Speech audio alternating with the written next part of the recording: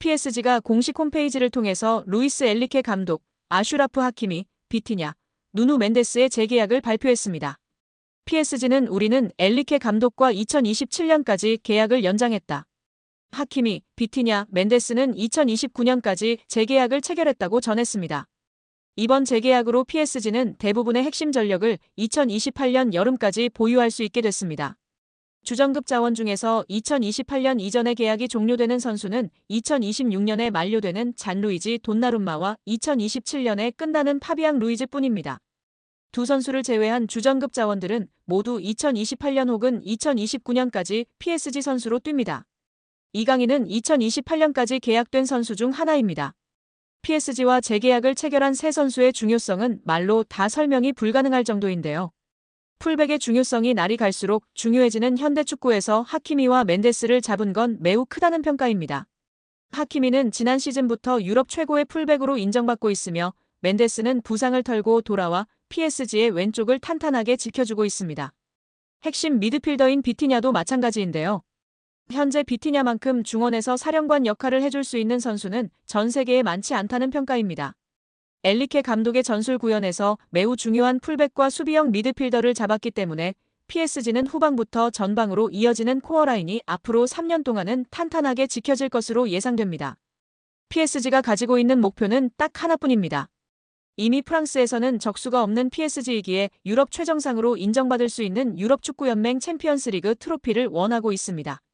킬리안 음바페가 레알 마드리드로 떠나면서 슈퍼스타는 잃었지만 PSG는 이제 조직력을 앞세워 UCL 트로피를 노리겠다는 계획입니다.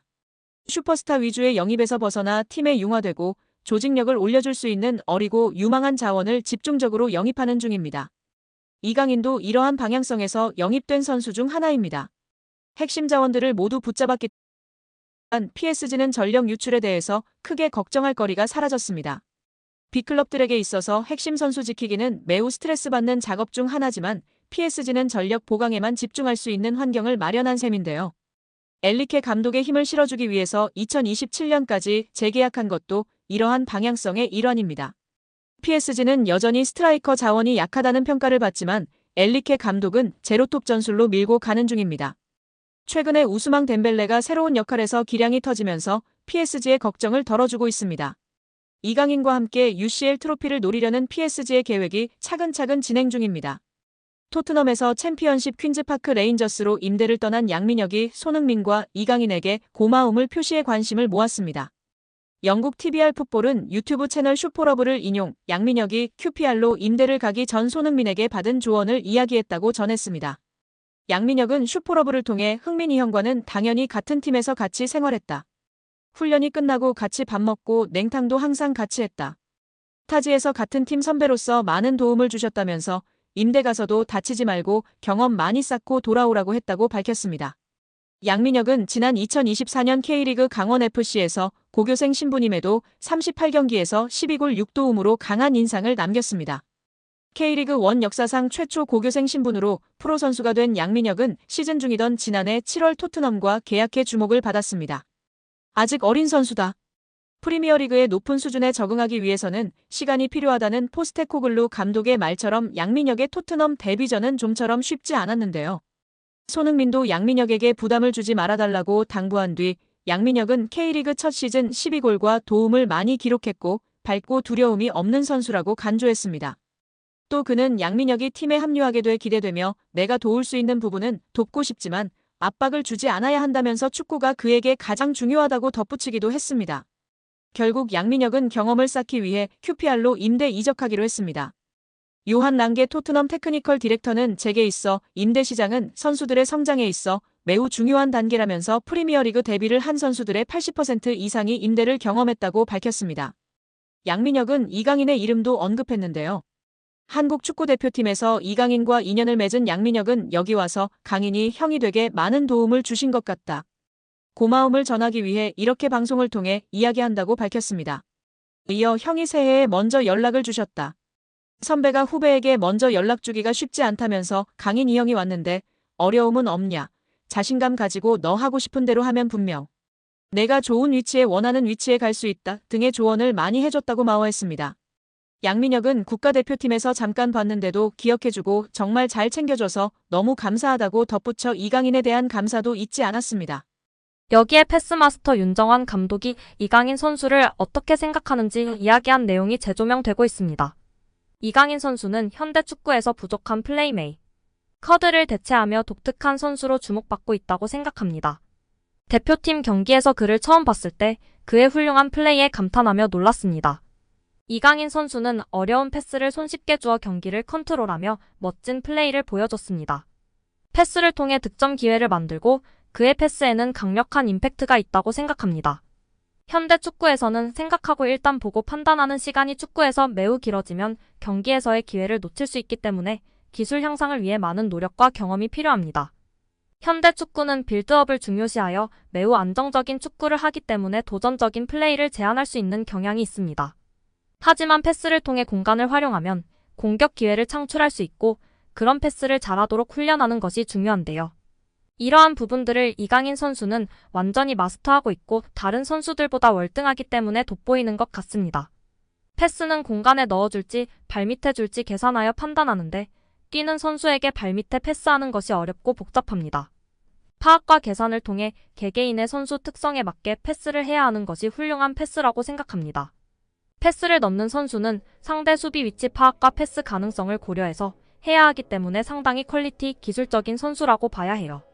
이러한 패스를 하는 이강인 선수는 정말 대단한 선수로 존중해야 합니다. 특히 압박이 강력한 상황에서도 자신의 플레이와 압박에 능숙하게 대처하는 뛰어난 실력을 보여주었는데 정말 놀라웠습니다. 압도적이었습니다. 앞으로는 이강인 선수를 중심으로 한국 대표팀이 재편될 가능성이 많을 것 같습니다. 이강인 선수가 어린 시절에도 훌륭했지만 최근 몇 년 사이 폭풍적으로 성장한 것으로 피나는 노력을 했기 때문이라고 생각합니다. 어릴 때부터 독특한 재능을 갖고 있었지만 지금의 실력은 노력 덕분에 달성한 거라 생각되어집니다. 피지컬적으로도 성숙해져서 속도, 수비, 피지컬 등에서 큰 발전을 이루었습니다. 체력 향상을 위해 웨이트 트레이닝도 하며 몸에 힘이 붙어 가속력과 스피드가 향상되었습니다. 이제 스피드뿐만 아니라 힘과 게임 감각도 향상되어 뛸 수 있는 힘이 생겼습니다.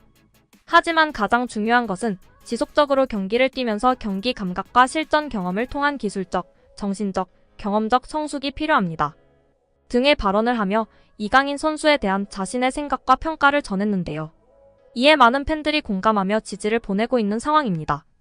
정말 우리 이강인 선수는 현대 축구에서의 독특한 플레이로 차별화되어 있다는 생각입니다. 그의 패스 타이밍과 패스 궤적, 선택 등이 정말 번뜩이고 뛰어나다고 느끼고 있습니다. 최용수 감독은 이강인에 대해 걸출한 대단한 물건이라고 했습니다. 현역 시절과 비교했을 때 비슷한 선수를 찾아달라는 질문에 최 감독은 내 시절에는 그러한 선수가 없었다. 굳이 찾자면 고종수, 윤정환, 일본의 나카무라 슌스케를 들 수 있다며 안정감 있게 경기 운영을 하는 면이 닮았다고 밝히며 화제가 되기도 했습니다. 윤정환 감독은 이강인에 대해 제대로 경기를 본 것은 국가대표팀 경기가 처음이었다. 엄청난 퍼포먼스였다. 경기장 모든 선수를 통틀어 이강인밖에 보이질 않았다. 고 발언했습니다. 이전의 패스마스터로서 이강인의 패스에 대한 평가 질문에는 현역의 나보다 나은 것 같다. 패스는 노력이 아닌 감각과 재능이다라고 발언하기도 했습니다. 여기에 이강인의 활약에 고무된 김도훈 감독은 공개적인 자리에서 특급 칭찬을 날리며 화제가 되고 있습니다. 지난 9일 김 감독은 국내 매체와의 인터뷰에서 이강인의 이름을 직접 언급했습니다. 김 감독은 이강인은 솔직히 계속 칭찬을 해줘야 하는 선수라며 축구 선수로는 최고의 테크니션이라고 생각한다라고 말했습니다. 이어 오른발, 왼발 가리지 않고 모든 플레이가 탁월하다라며 메시가 뛰는 모습을 보는 것만으로도 영광이라고 느낀 적이 있는데 이강인 그리고 손흥민 역시 동시대에 볼 수 있다는 게 자랑스럽다라고 덧붙였습니다. 그러면서 이강인이 마음적으로 힘든 부분이 많았기에 우리가 그를 보호하고 보듬어줘야 한다라고 강조하며 팬들의 공감과 지지를 받고 있습니다. 벤투 감독은 유튜브 채널 FC온라인과의 화상 인터뷰에서 대한민국 축구대표팀 시절 줄곧 외면했던 이강인을 카타르 월드컵에 발탁한 이유에 대해 이강인의 재능이 뛰어나다는 사실은 팬, 감독, 스태프 미디어 할 것 없이 누구도 반박하지 못할 것이다. 하지만 우리 코치진은 그보다 많은 분석이 필요하다. 재능만으로 판단해서는 안 된다. 이강인과 같은 열번 유형의 선수는 주로 공격만을 생각하고 수비를 고려하지 않는다며 솔직히 이강인을 월드컵 명단에 올린 건 월드컵 본선 직전이었다. 이강인을 월드컵에 발탁할지에 대해 확신이 있었다고 한다면 그건 솔직한 대답은 아닐 것이라고 월드컵 최종 명단에 이강인을 제외할 생각도 있었다고 털어놨습니다. 하지만 벤투 감독은 23명 명단에 이강인을 포함했고 이강인은 월드컵 조별리그 가나전에서 부메랑 크로스로 조규성의 골을 돕는 등 톡톡 튀는 활약으로 믿음에 보답했습니다. 벤투 감독은 이강인을 명단에 올린 중요한 이유 바뀌어서다. 마인드의 변화와 마요르카에서의 활약으로 월드컵 출전의 자격을 증명했다. 그는 마요르카에서 완전히 다른 선수가 되었다. 그의 변화를 이끌어준 중요한 두 사람은 본인과 클럽 감독 하비에르 아기레일 것이다.